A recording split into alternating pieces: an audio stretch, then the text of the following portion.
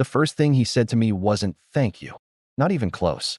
I'd just dragged his wife from the freezing Han River, and my lungs felt like they were on fire.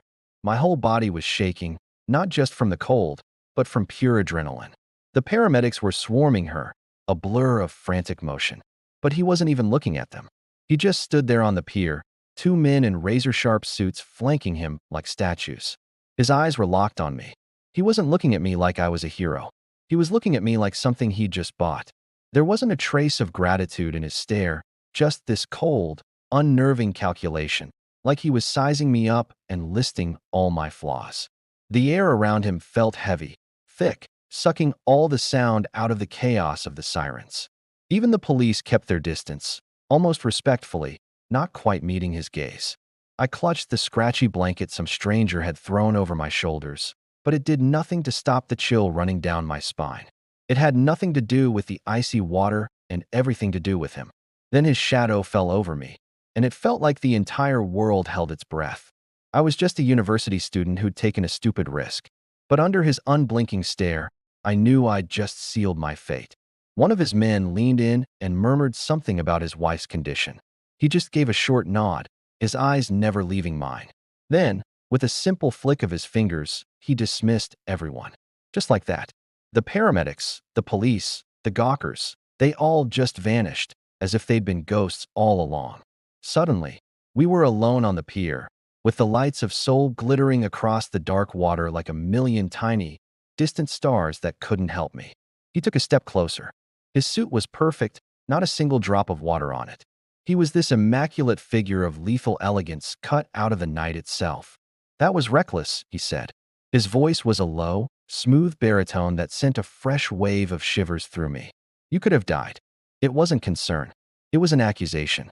I tried to say something, but all that came out was a choked gasp. My teeth were chattering too hard to form words. He reached out, not to help me, but to lift my chin with his leather-gloved fingers. His touch was cold and firm. "Absolute. The woman you pulled from that water," he said, his voice dropping to a whisper, "is Cha Min-iseo. She is my wife. The most important person in my world." He paused, letting his words sink into my frozen bones.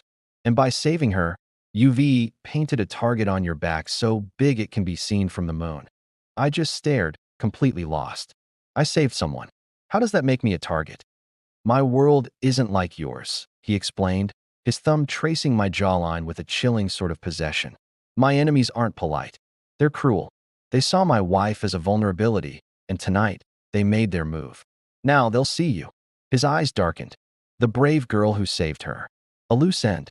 A new weakness for them to exploit. A new way to get to me." He dropped his hand and stepped back, radiating an authority you couldn't question. "I don't leave weaknesses unattended," he declared, the words hanging in the air like a final judgment. "You did something for me. You returned what is mine. In my world, a debt like that is absolute. So now, I'll do something for you. I'll keep you safe." He gestured to a sleek black car that had appeared out of nowhere at the end of the pier. "You'll come with me. You'll live under my roof. Your life, the one you knew, is over. Because from this moment on, your safety is my responsibility. And you, little hero, you are my property." The ride to his home was a silent, terrifying blur. I was shoved into the back of the car and wrapped in a cashmere blanket that was softer than anything I'd ever felt. The city lights streaked past the tinted windows. A world that was mine just an hour ago now felt a million miles away. We didn't pull up to a house. We drove into the belly of a skyscraper, into a private elevator that went up, and up without a sound, opening right into a penthouse that looked more like a palace in the sky. The view was stunning, a panoramic shot of all of Seoul. But the floor-to-ceiling windows just felt like the walls of a glass cage. The air was still and sterile, making it hard to breathe. A team of silent staff appeared from nowhere. A woman with a tight bun and a blank face led me to a bathroom bigger than my entire apartment. She laid out a silk robe and said a doctor was on the way to check on me. My cheap, wet clothes were whisked away like they were toxic waste. My phone, my wallet, my keys, all gone. When I asked for my phone back, my voice trembled. The woman just bowed. "The master will provide you with everything you need," she said. My master. The word echoed in the dead silence. I was a prisoner. A prisoner in a cage so gorgeous and luxurious, it was sickening. I was eating food made by a private chef, wearing clothes I'd only seen in magazines, and sleeping in a bed that felt like a cloud. But I couldn't leave. Silent, imposing guards stood at every exit. I was given a new phone, but it only had one number in it, his. When I tried to get online, I found it was a closed network, a digital island he'd created just for me. He hadn't just locked me in a room. He'd locked me inside a lifestyle, wrapping my chains in silk and diamonds. The kindness was the cruelest part. It was a soft, constant reminder that everything I had, every single breath I took, was a gift from him, and he could take it all away in a heartbeat. 2 days passed in my silent, opulent prison. On the third night, I was standing by the window, just tracing the city lights below, when he walked into the room. I didn't hear him coming. He moved like a predator, a ghost in his own home. He wasn't in a suit anymore, just a simple black shirt and pants that didn't do much to hide how powerful he was built. "You're restless," he said. It wasn't a question.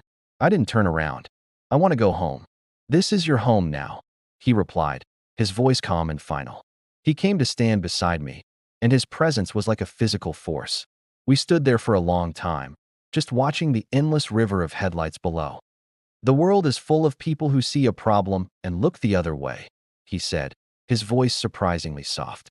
"They see a woman drowning, and they pull out their phones to record. They don't jump." He finally turned to look at me, and in the dim light, I saw something in his eyes besides cold possession. It was a flicker of something ancient, something that looked like pain. "Bravery like yours, it's a fire.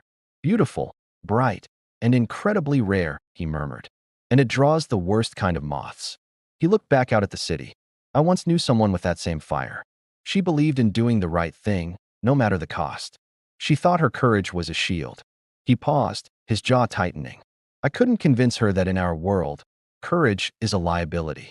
I failed to protect her fire, and my enemies put it out." The confession hung in the air between us, raw and totally unexpected. He wasn't just a monster. He was a man haunted by one. He was seeing a ghost when he looked at me.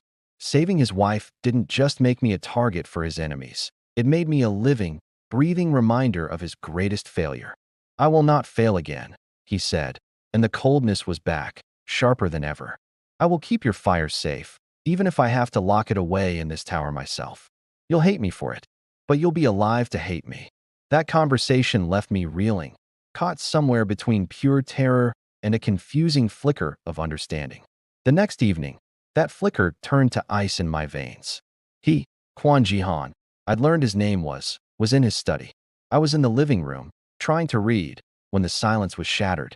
A series of sharp, jarring beeps echoed through the penthouse, followed by the cold, robotic voice of the security system. "Perimeter breach. Sublevel garage." Before the announcement even finished, the entire world shifted. Jihan burst from his study, no longer the calm businessman or the haunted man from the night before. He was something else, something lethal.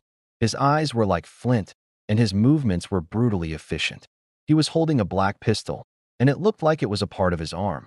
"Get away from the windows," he commanded, his voice a low, dangerous growl. His men, the silent statues, were suddenly in motion.